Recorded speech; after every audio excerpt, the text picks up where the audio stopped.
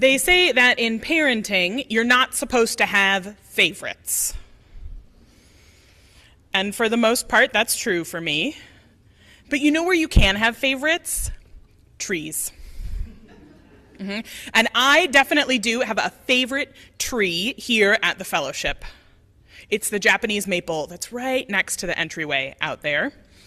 There's a lot that I could say about this tree and why it's my favorite, but my favorite feature of all the features about my favorite tree is its approach to fall. It's one of the first, if not the first, tree here at the fellowship to have its leaves start to turn from green to something deeper. So here's a photo I took on August 28th of this year. And you can see it's just starting to go. I think it reveals my relationship with this tree that I didn't know that I was going to preach about this in a sermon at that point. I just happened to document this tree's fall life for my own personal joy and edification over the course. And you can see, right, just the edges have started to turn. And then here's a photo from October 23rd, 2 months later. And you can see down it, there's another tree that's trying to creep into the picture. Ignore that tree. But you can see, that tree is not our favorite, so we're not listening to that. So you can see that it still has green on it. 2 months after it first started to go, it still has some green, as if the leaves have been taking their sweet time, gradually inching their way unhurriedly toward fall. And then here's one from earlier this week, as it finally gives in. All of its leaves have gone, but they're still hanging on. And I love that this tree has its own schedule. It does not worry about those show-off sugar maples and other trees on the property here. The Japanese maple is running its own race. Sometimes as human beings, we are both blessed and cursed with our ability to think our way beyond our animal nature. We think that because we can think, we have moved past being subject to the natural cycles of the world that surrounds us. And I kind of thought that too, until kids.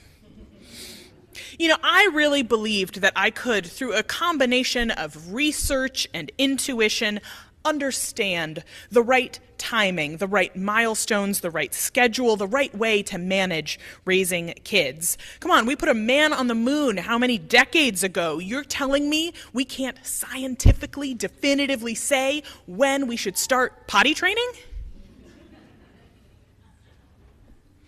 We cannot. If you want to start a fight on the internet, ask about potty training. Right? But of course we can't. Of course we can't definitively scientifically say when it's right for your kid to walk or crawl or bum shuffle, as the case may be. We are raising human beings. We're growing children and loving them into adulthood for their own sake. And that does not fit neatly.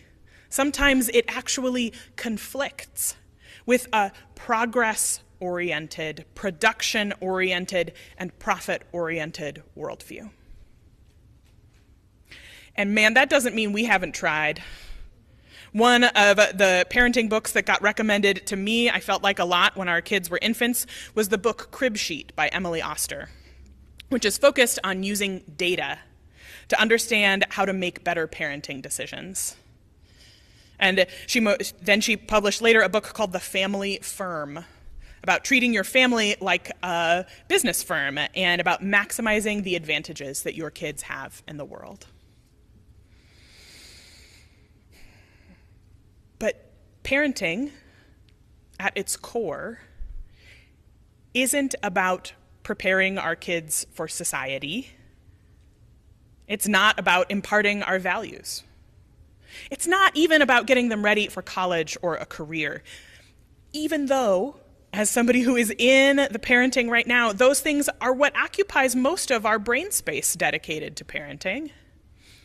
Right? How many of us think about a child's behavior and think, oh my God, they'll never make it in the world. Or is this my child who values this thing instead of the thing that I am clearly directing them to value?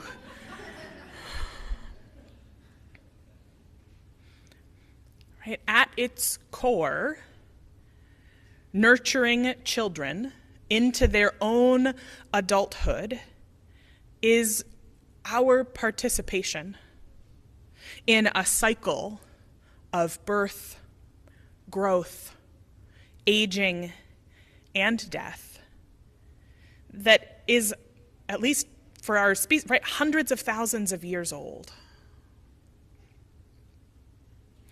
Raising children is our acknowledgement that we will not live forever, and that, fraught as it may seem to us sometimes, we do in fact hope that the species will persist after we die. Right? At its most grounded, its most loving, which most parents know the most grounded, most loving part of parenting is an attitude you can access like 2% of the time. But that might be the most important 2% of your parenting. Right? That loving children, raising children is almost like a love letter to the cosmos, to the universe, saying, you made me, and now I am growing something for you, something that will outlive me. And this work, right, raising children, is not the sole purview of parents. Right? There's no way that we get to opt out of children being part of our community. That's just not how human society works. But it doesn't always feel that way, especially in liberal and progressive communities and left-leaning spaces.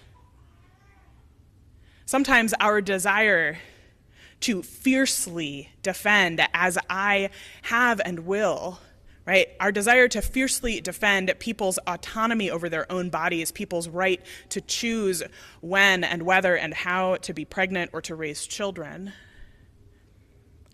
Sometimes our desire, it's a good desire, to divest ourselves from harmful, painful narratives around motherhood as the only available path to success or fulfillment for women, has led us to kind of uncritically swing so far in the other direction that we have fallen out of touch with some essential pieces about what it means to be human, what it means to be in community, what it means to be part of society. Thinking about that brought me to a quote from a book called Trust Kids, edited by anarchist and parent Carla Joy Bergman. And in reflecting on her own journey into parenting and the ways that it did and didn't fit into her life as a far-left activist, she offers this reflection. Throughout my early 20s, I believed a handful of myths about children, or specifically what having children would do to me as a feminist. Mainly, the myths revolved around children being a distraction from my full and true potential as a woman. This narrative is obviously harmful for women, but more importantly, it's harmful to our children. Popular culture constantly reinforces the notion that children are a heavy burden on working mothers or on society as a whole. So much so that we've normalized mothers resenting their children in our media and our stories.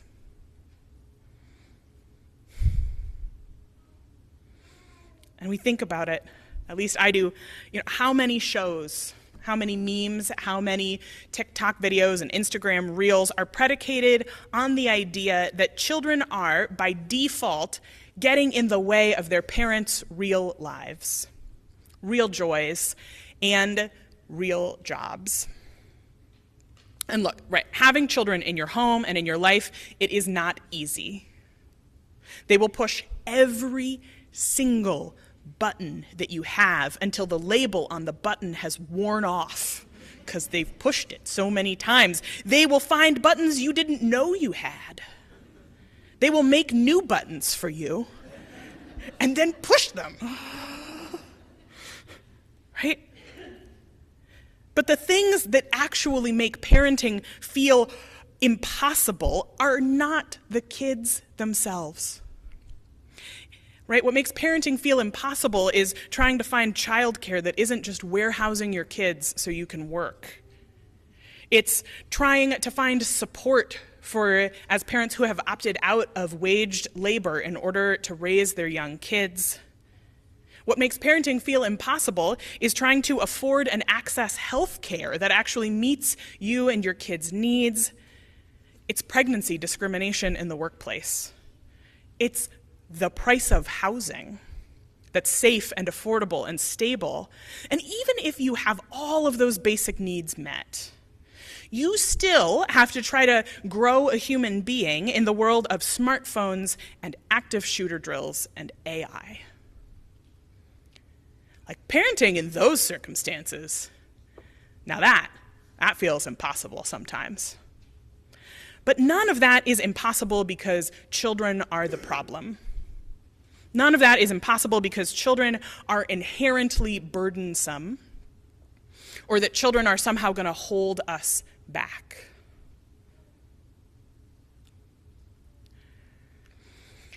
And what's hard, and why I want us to talk more about this, is that feeling of how impossible it seems right now, right? The religious right has a nice, slick, compact, and Instagram-ready answer for how impossible parenting feels right now.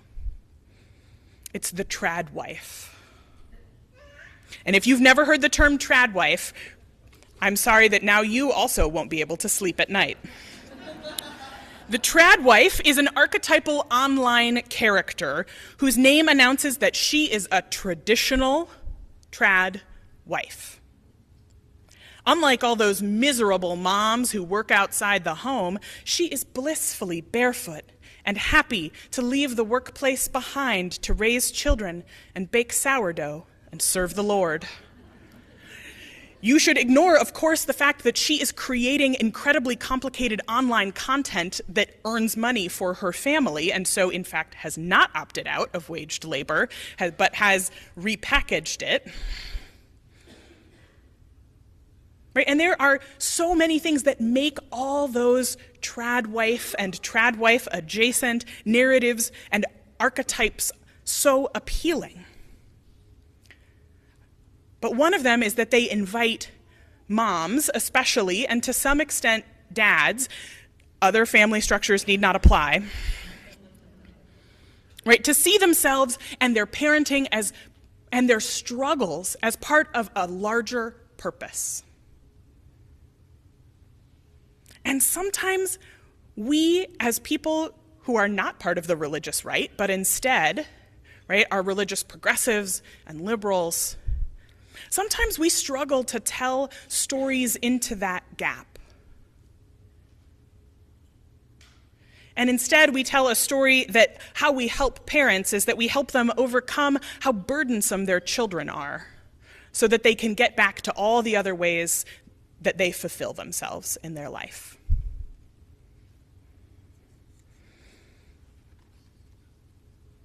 And that is just not going to cut it. Because the truth is that children are not burdensome, and that if the only story we know how to tell about parenting, about raising kids, is that it's an individual choice and will help you overcome the burden of it so that you can still be the worker you were before,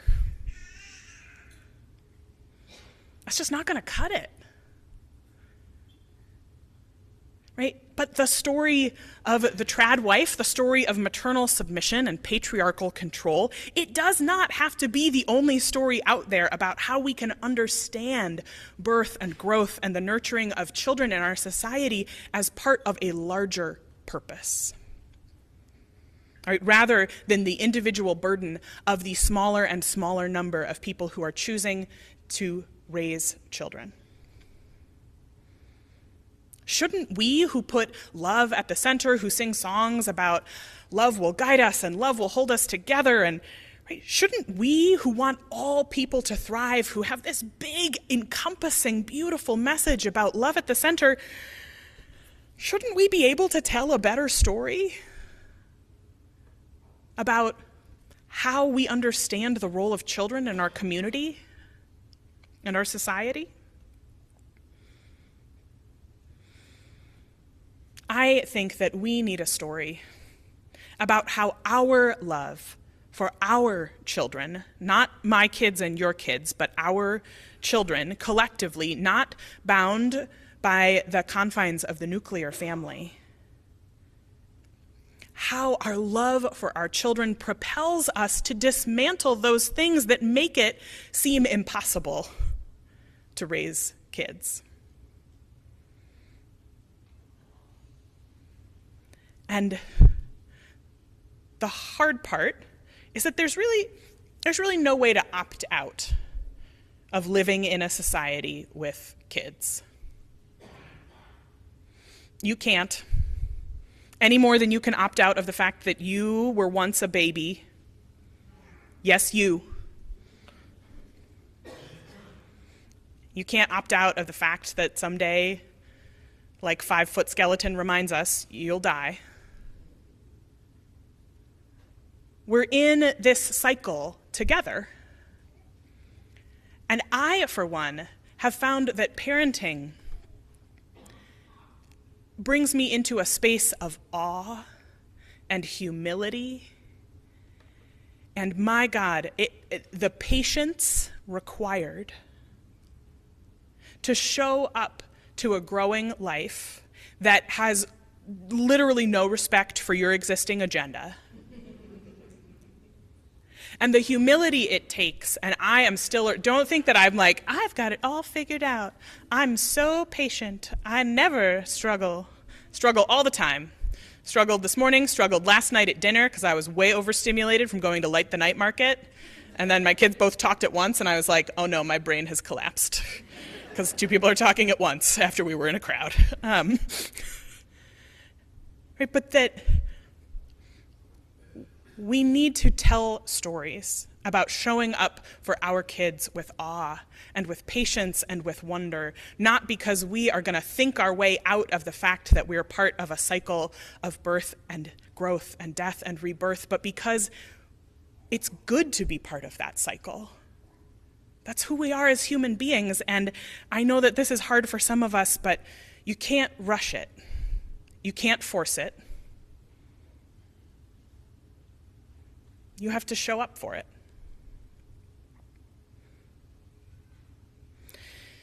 Someday, all the leaves are going to fall off that Japanese maple by the front door.